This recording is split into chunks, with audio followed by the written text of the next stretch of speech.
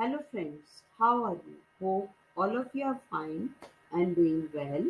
Today we are going to cover two topics. Our topics हैं fill in the blanks and antonyms. इसके अतिरिक्त इस video के अंत में यानी कि लास्ट सेगमेंट में हम ये जानेंगे कि हम बोर्ड के एग्जाम्स में मार्क्स कैसे इंक्रीज करें। और आज चलते चलते मेरा आपसे गुजारिश है कि आप मेरे चैनल को लाइक और सब्सक्राइब अवश्य करें। Fill in the blanks. यहाँ पर एक सेंटेंस दिया गया है और उसके 3 ऑप्शंस दिए हैं।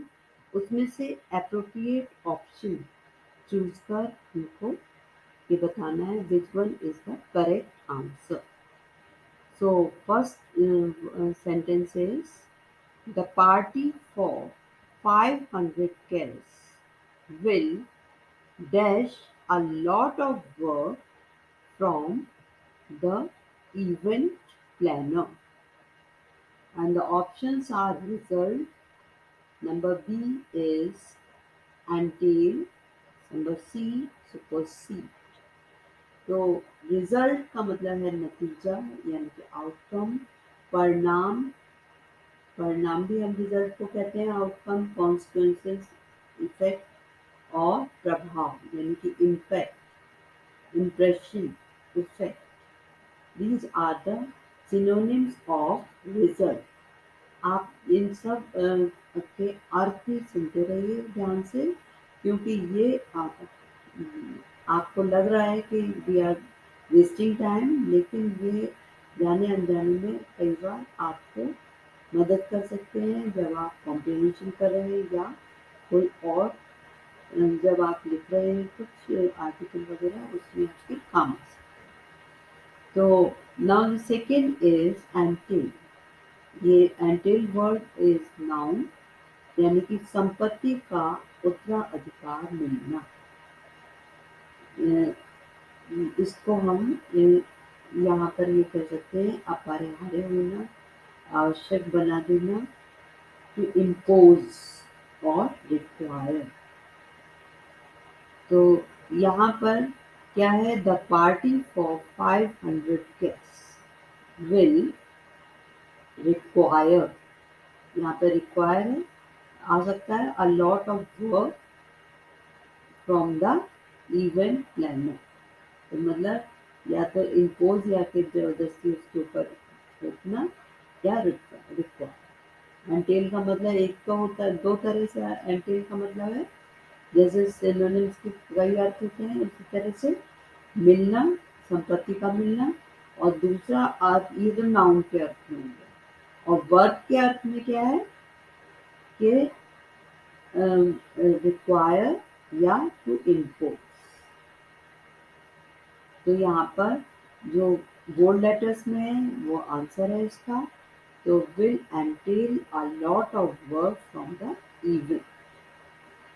Now the next is supersede. Supersede का मतलब है अतिक्रमण करना, जगह लेना या एनक्रोच। तो यहाँ पर पार्टी है और गेस्ट हैं, तो यहाँ पर ये कोई एनक्रोचमेंट और अतिक्रमण करने की तो बात हो ही नहीं सकती, तो ये इसका आंसर नहीं है। Now after this, she said that she did not dash to her husband at the cost of her prestige. Prestige का मतलब होता है आपका आत्मसम्मान, सम्मान। तो यहाँ पर देख लीजिए, first is went, second is gone and the third one is go.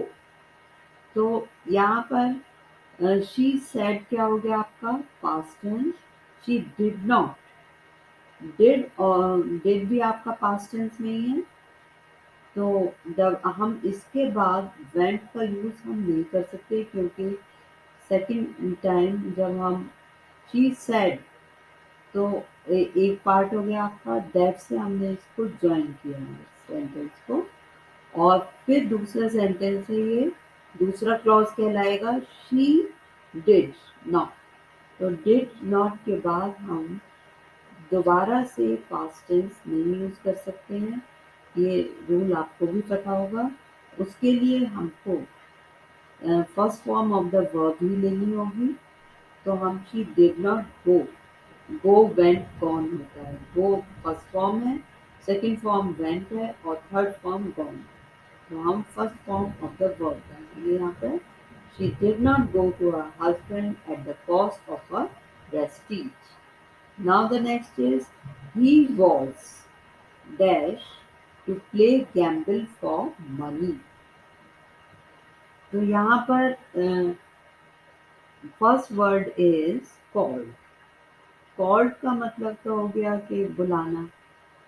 तो he was called to play, तो नहीं हो सकता अगर किसी को आप बुलाएं और वो चला जाए, वो पहले सोचेगा और अपना पहला पूरा सोचेगा। गैम्बल हर कोई नहीं खेलना चाहता। अब यहाँ पर है ल्यूड। ल्यूड का मतलब लालच। यहाँ पर है लुभाना, फुसलाना या प्रलोभित। तो ये यहाँ पर he was lured to play gamble for money. अब अट्रैक्टेड का मतलब होता है आकर्षित करना, मोह लेना या किसी को फैसिनेट करना, आकृष्ट करना या उसका मन जीत लेना। तो यहाँ पर गलत काम के लिए तो किसी को आकर्षित नहीं किया जा सकता। आप किसी अच्छी जगह को देखकर, जैसे कि सीनरी है, कोई बहुत अच्छा व्यू है, उसको देखकर आकर्षित होंगे या किसी की क्वालिटीज को देखकर आकर्षित होंगे, तो उसके लिए यह आंसर नहीं हो सकता है। तो lure is the correct answer. He cross the road with lots of dash in a short time.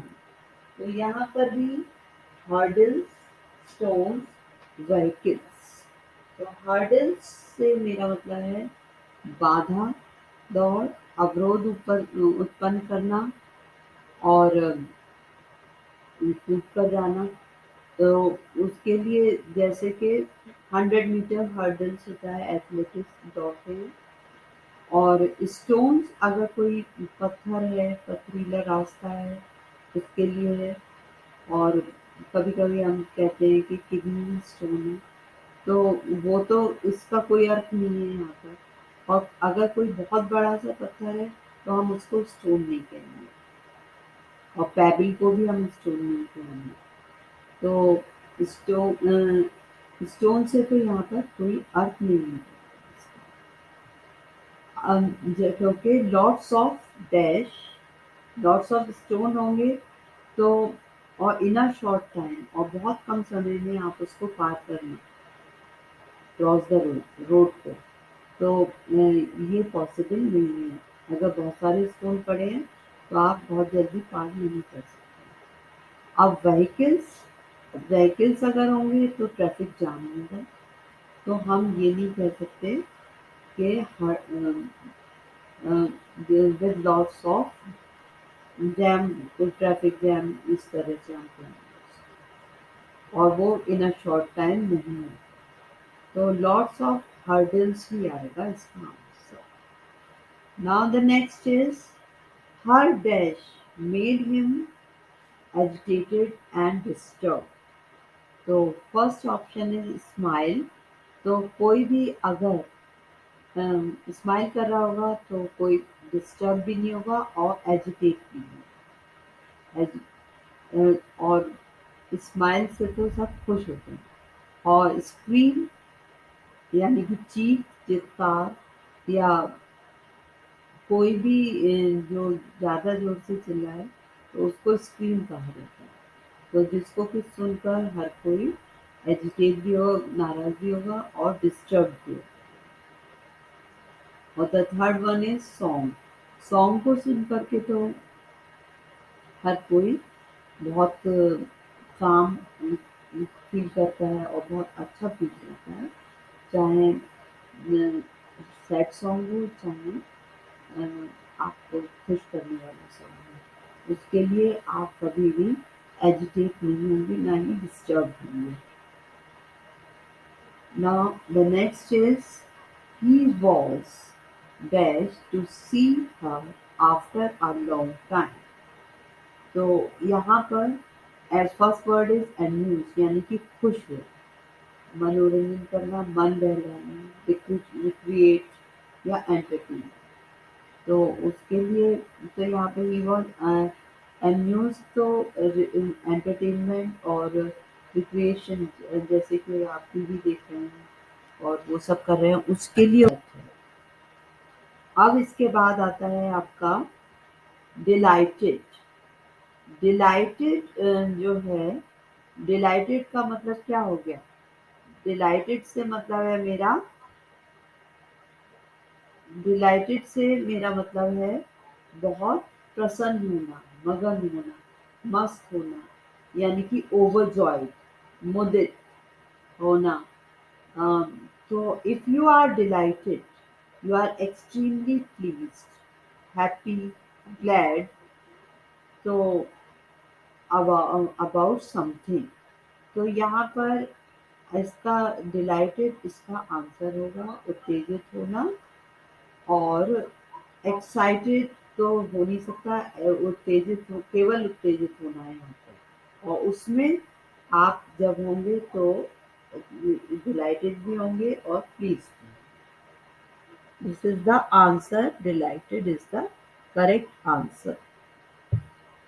Antonyms, antonym से मेरा मतलब है विपरीत आर्थक शब्द यानी कि विलोम शब्द। यहाँ पर वर्ड दिया हुआ है, उसके 3 ऑप्शंस दिए हुए हैं, उनमें से हमको बेस्ट ऑप्शन जो सबसे एप्रोप्रिएट एंटोनियम है उसको हमको चूज करना है और ये बताना है कि व्हाट इज द आंसर। और जो बोल्ड लेटर्स में लिखा हुआ है, क्योंकि ये सॉल्व एक्सरसाइज है, तो बोल्ड लेटर में जो है वो उसका आंसर है। तो first one is to put up with. To put up with ये एक फ्रेजल वर्ब है।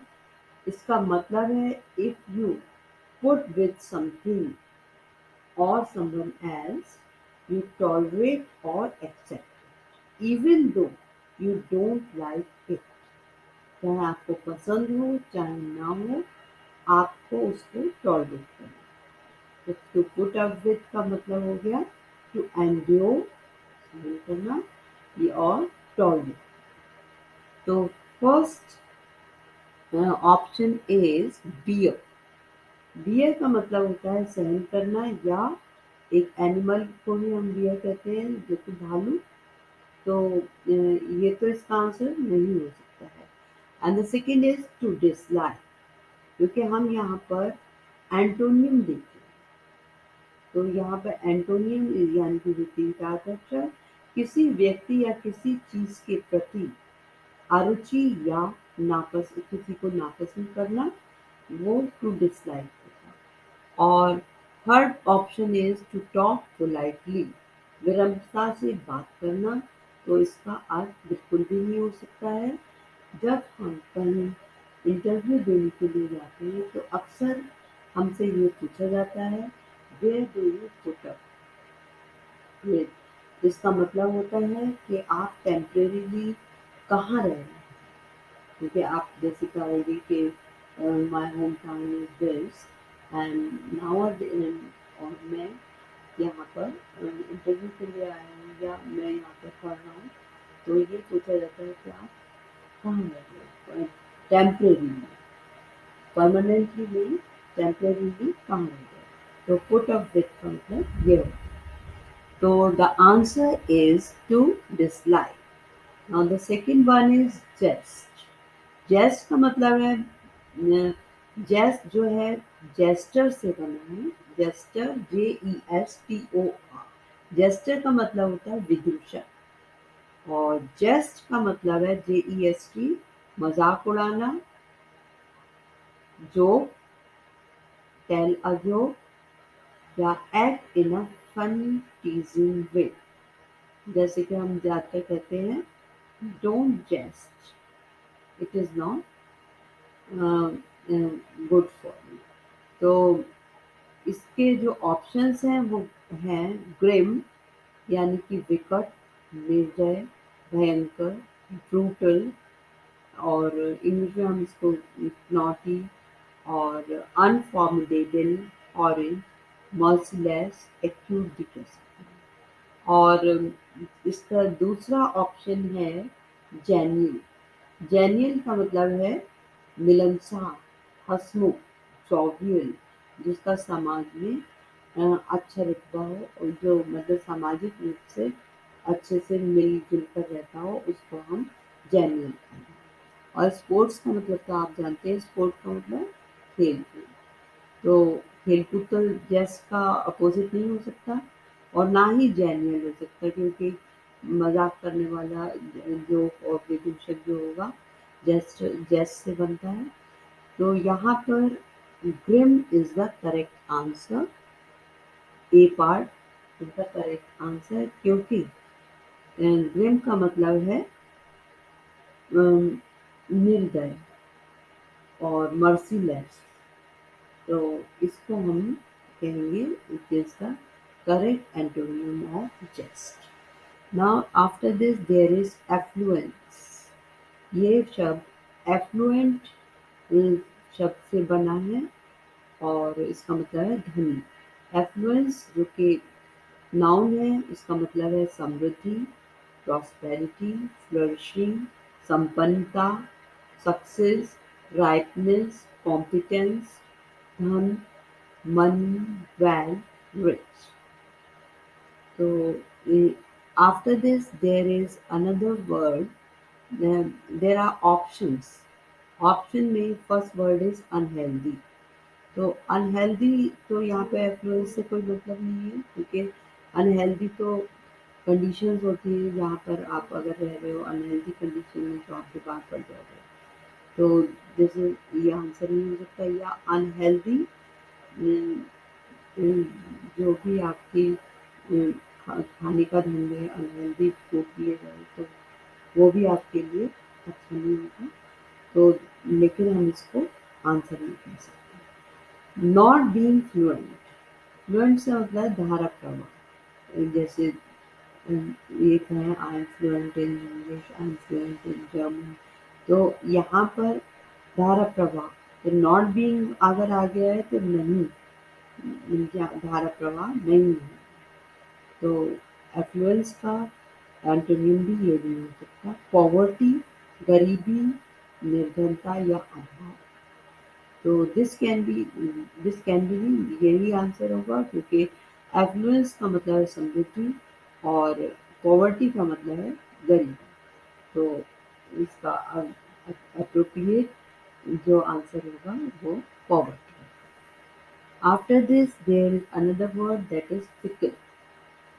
फिकल का मतलब होता है चंचल, शेखी, एजाइल, चपल, अस्थिर, और changeable, light hearted, uncertain.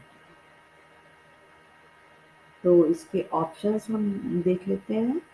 Options हैं इसके faithful, first one is faithful, that is वफादार, ब्यूटीफुल, विश्वसनीय, क्रेडिबल, ऑथेंटिक, बोनाफाइड, और डिपेंडेबल।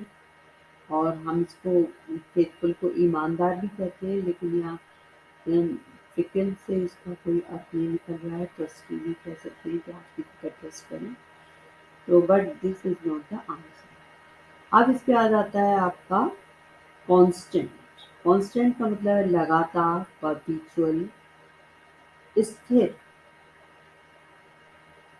स्थिर, स्टेबल, स्टैटिक और स्टिल। अब इसके अतिरिक्त agile is also there, that is third option. चुस्त, फुर्तीला, लाइवली, क्विक, शार्प, प्रॉम्प्ट। हालांकि फिकल का जो हमें इसकी मीनिंग है उसमें एजाइल भी आता है, लेकिन एजाइल जो है वो अ, इसका करेक्ट आंसर नहीं होगा। इसका करेक्ट एजाइल, फिकल मीन्स अस्थिर, और कांस्टेंट का मतलब है स्थिर। तो this is the correct antonym of fit. Now there is another word that is uncompromising. Uncompromising का मतलब है, कंप्रोमाइजिंग का मतलब जो हर बात पर समझौता करता है, और अन लगाने से ये इसका विलोम शब्द है। तो ये जो है अनकम्प्रोमाइजिंग का मतलब हो गया हठी, ना मानने वाला और समझौता ना करने वाला। इसके ऑप्शंस हैं सॉफ्ट, मुलायम, नर्म, कोमल, moderate, tender. These are the meaning or synonym of soft। जैसे कई बार हम कहते हैं our skin is very soft। तो ये इसका वो हो गया। फ्लेक्सिबल, लचीला, मुलायम, इलास्टिक, टेंडर। और स्थिति के अनुरूप ढलना यानी कि मिलनसार, जो अपने को हर उसमें परिस्थिति में ढाल ले, वो क्या कहलाएगा? फ्लेक्सिबल। अब the last option is agree. Agree से मतलब है यहाँ पर समझौता, सहमत होना, राजी होना, गिव वे टू, भी हम इंग्लिश में कह सकते हैं consent of accord. But this is not the antonym of uncompromising. Flexible जो होगा वो सही इसका वो है कि फ्लेक्सिबल का मतलब होता है लचीला, मुलायम और स्थिति के अनुरूप ढलने वाला। और अनकम्प्रोमाइजिंग समझौता ना करने वाला, वो किसी हठी होगा और तो किसी की बात नहीं मानेगा, तो उसको हम तो flexible is the correct answer। After then there is another word that is shallow। Shallow का मतलब है उथला, उभरा हुआ जो पार्ट होता है। और छिछला भी हम कहते हैं, कम भी कहते हैं, सतही, ऊपरी। तो इसके जो ऑप्शंस हैं वो हम देख लेते हैं। हाई, हाई का मतलब तो ऊंचाई से है, तो यहाँ पर शैलो से तो इसका कोई मतलब नहीं है। और डीप आता है, second one is deep. Deep का मतलब गहरा, उतला का गहरा होगा। और गंभीर भी हम इसको कह सकते हैं, या दीपों की पंक्ति, लेकिन दीपों की पंक्ति से इसका कोई अर्थ नहीं निकलेगा। और समुद्र और गहन। तो शैलो जो है a place in a body of water where water is not deep. यहाँ पर पानी बहुत गहराई में नहीं होगा। और डीप का मतलब हो गया गहरा। तो this is the correct answer. और लॉन्ग तो काफी लंबे उसके लिए कहा जाएगा, ये भी इसका आंसर नहीं हो सकता। अब इसके बाद है आपका आइसोलेशन। आइसोलेशन से मतलब है अम, अलग करना यानी कि पृथक। आइसोलेशन का मतलब होता है एकांत, डिस्कनेक्शन, अलग करना, डिस्कार्ड, रिमूव, अलग होने की स्थिति को भी हम कह सकते हैं। A state of separation between persons और ग्रुप। तो इसके ऑप्शंस हैं एसोसिएशन। एसोसिएशन का मतलब संगठन, संस्था और संघ। जैसे कि हम इंग्लिश में कह सकते हैं इसको इंस्टीट्यूशन, एजेंसी, कंसर्न। और नेक्स्ट ऑप्शन है इसका डिपोर्टेशन। तो डिपोर्ट से बना है। डिपोर्ट का मतलब होता है निकाल देना या पेश आना। और डिपोर्टेशन का मतलब भी देश निकाला या बैनिशमेंट। तो ये तो इसका आंसर नहीं हो सकता। सेग्रीगेशन। सेग्रीगेशन से मतलब है पृथक्करण, अलगाव, वियोग, डिस्कनेक्शन और डिसयूनियन या डिटैचमेंट। तो आइसोलेशन का मतलब भी अलग होने की स्थिति है, और सेग्रीगेशन का मतलब, तो ये तो इसका आंसर नहीं होगा। एसोसिएशन का मतलब है कि आप जो हैं किसी संस्था से जुड़े हैं, संस्था में हों तो सब एक साथ या संगठन में, तो association is the correct answer of isolation. Now the next is nervous. Nervous का मतलब है बेचैन, परेशान, कमजोर नसों वाला, और डिस्टर्बिंग, रेस्टलेस भी हम इसको कह सकते हैं, कंफ्यूज। और इसके ऑप्शंस हैं स्मूथ। स्मूथ का मतलब चिकना, स्लीप, शांत, काम, ट्रैंक्विल। लेकिन ये इसका आंसर नहीं होगा। इमैच्योर। इमैच्योर का मतलब होता है अपरिपक्व, अनराइप, अनबेक्ड। जैसे कि एम्ब्रियो भी हम इसको कह सकते हैं, अविकसित, अनडेवलप्ड। अध कचरा, अंडर डेवलप्ड, अधूरा, इनकम्प्लीट। तो अपूर्ण, इनकम्प्लीट जो होता है, तो ये इसके इमेच्योर के सिनोनिम्स होंगे, but this is not the answer. अब आता है आपका लास्ट वन इज कंपोज्ड। तो कंपोज्ड होता है शांत, नॉर्मल, काम एंड कूल, ट्रैंक्विल या डोरमेंट। और कंपोज कई बार हम बनाना, सृजन करना, जैसे कि कविता लिखना। This poem is compose by William Wordsworth. Generally अगर आप किसी पोएम के बारे में बताते हैं तो आप ये कहते हैं दिस पोएम इज कंपोज, तो लिखी गई या उसकी रचना है। तो ये तो इसका आंसर नहीं है, लेकिन कंपोज का अर्थ, दूसरा अर्थ जो कि मैंने आपको बताया है, काम एंड कूल, ट्रैंक्विल, शांत, डोरमेंट। तो ये इसका आंसर होगा। Now after this there is another word that is stimulate. Stimulate का मतलब है प्रेरित करना, प्रमोट, पुश, प्रोत्साहित करना, उत्साहित, और एजिटेट, एक्साइट, इंसाइट, मोटिवेट करना। तो इसके ऑप्शंस हम देख लेते हैं। First one is tempt. Tempt का मतलब है लुभाना, ल्योर, सेड्यूल, प्रलोभन देना, लालच देना। तो ये इसका आंसर नहीं होगा। डिस्करेज। अब आप ये देख लीजिए, स्टिमुलेट का मतलब है एनकरेज करना, किसी चीज को प्रमोट करना, प्रोत्साहित करना, उकसाना। और डिस्करेज का मतलब हो गया हतोत्साहित करना, जी छोटा करना, निरुत्साह करना, हिम्मत तोड़ना। या हम इसको कह सकते हैं कि शो अपोजिशन, यानी कि रोकना। कई बार कहा जाता है don't discourage her, she knows what to do. तो यहाँ पर जो इसका एंटोनियम होगा स्टिमुलेट का, वो डिस्करेज। एनकरेज तो इसका वो सिनोनिम ही माना जाएगा, क्योंकि एनकरेज का मतलब भी प्रोत्साहित करना, प्रमोट करना, बढ़ावा देना, और किसी को चीज को इंस्पायर करना ही है। तो ये इसका सिनोनिम नहीं होगा। Now the next is diffidence. Diffidence का मतलब होता है संशय, संकोच, झिझक, यानी कि फियर, डाउट, हेजिटेशन, झिझक। और कई बार ऐसा होता है कि बहुत सी चीजें ऐसी होती हैं कि झिझक के कारण या शर्म के कारण अधिक नहीं बोल पाते हैं हम लोग।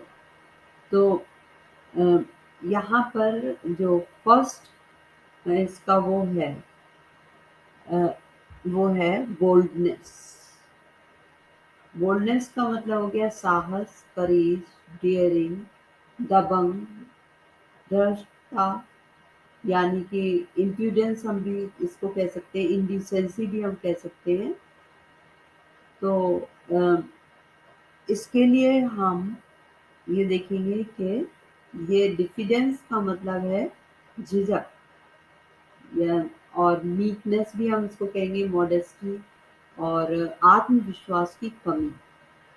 डिफिडेंस का मतलब होगा। और बोल्डनेस में आप में पूरा करेज होगा, डेयरिंग होंगे आप, और आप अपनी बात रख सकते हैं। तो यहाँ पर डिफिडेंटली जो है इसका क्या होगा, एडजेक्टिव। तो यहाँ आंसर होगा इसका boldness. And the second is doubt. Doubt का मतलब है शक, हेजिटेशन, शंका, डिफिडेंस, रिजर्व, संशय, सस्पिशन। लेकिन फिर भी क्योंकि यहाँ पर वो बोल्डनेस नहीं है, हेजिटेशन है फिर भी। और डिफिडेंस का मतलब भी संशय है और संकोच और हेजिटेशन है, तो ये इसका आंसर नहीं हो सकता। बोल्डनेस जो है उसमें साहस है, करेज है, तो वो उसका आंसर होगा। कॉन्फिडेंस तो बिल्कुल ही नहीं हो सकता। कॉन्फिडेंट का मतलब हो गया आत्मविश्वासी, आश्वस्त, persuaded or self-assured. But this is not the answer. Now the last word is dear. Dear के बहुत अर्थ होते हैं। डियर का पहला तो होगा प्रिय, beloved, darling, sweetheart, favourite, pet, pet को भी हम कहेंगे। और इसके अलावा लाडला भी होगा वो। और महंगा कोई चीज़ है, तो बहुमूल्य कोई चीज़ है, कॉस्टली है, एक्सपेंसिव है, मूल्यवान है, प्रेशियस है, तो उसको भी हम डियर कहते हैं। तो इसके ऑप्शंस हम देख लेते हैं। ये है फ्री, तो स्वतंत्र, आज़ाद, ये पक्षी को पिंजरे में आज़ाद करने के लिए है। और जैसे हम कहते हैं निशुल्क जो होता है ना, तो उसके लिए ये फ्री का यूज़ किया जाता है, लेकिन ये इसका आंसर नहीं होगा। अब आता है प्राइसलेस। प्राइसलेस का मतलब होता है अमूल्य, यानी कि प्रेशियस और अनमोल।